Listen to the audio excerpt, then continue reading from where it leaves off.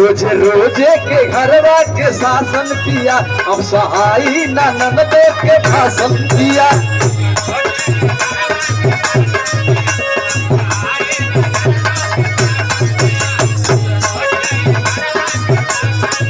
जिया जिया जिया मशहूर। यदि रही जे इहे रहनिया हो, अरे पक्का बोलाई पर शासन दिया। यदि रही जे इहे रहनिया हो, अरे पक्का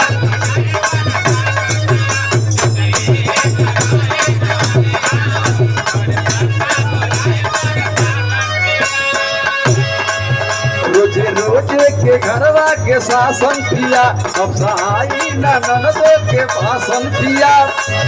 यदि रही जे इहे रहनिया हो, घरे पक्का बोलाई पर शासन दिया।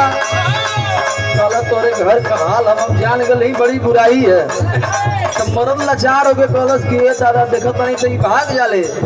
अब हाथ गोड़ मरद जनते, अब आजकल मरद बड़ी कमजोरी हो गई है मेहरान के प्रति, ऐसा समस्या हो गई है। मरद काला तू ही बारू घर का नछमीनिया, हमरा सारी का बहिनियान हो। तू ही बारू घर का मनतीनिया, हमरा सारी का बहिनियान हो।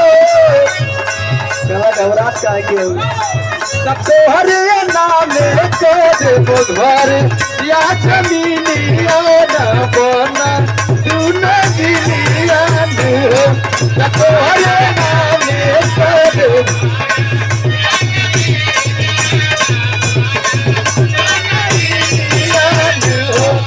तोहरे नाम को देबो।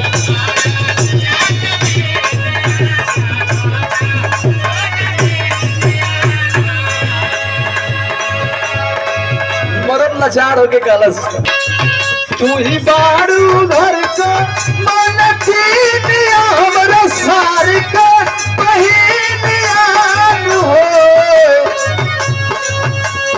तोहरे नाम को देबो घर या जमीनिया न बना तू न गिनियान हो।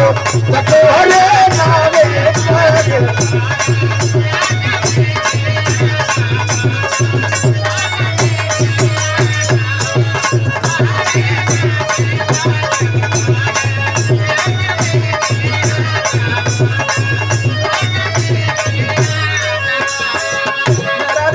तू चाहे जमीन करा, चाहे धन दौलत रुपया करा, चाहे बैंक बैलेंस करा, उसे हमसे मतलब ना है।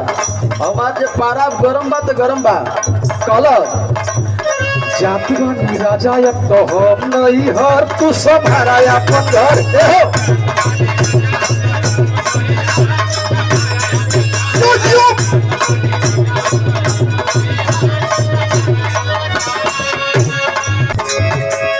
जात बानी राजा अब तो हम नहीं हर, तू सब हराया अपन घर।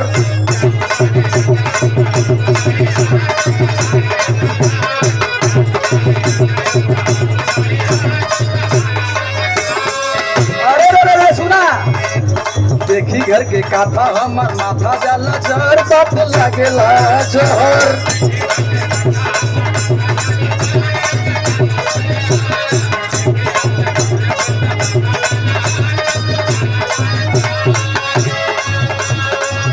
कटी कैसे राजा के मरद का था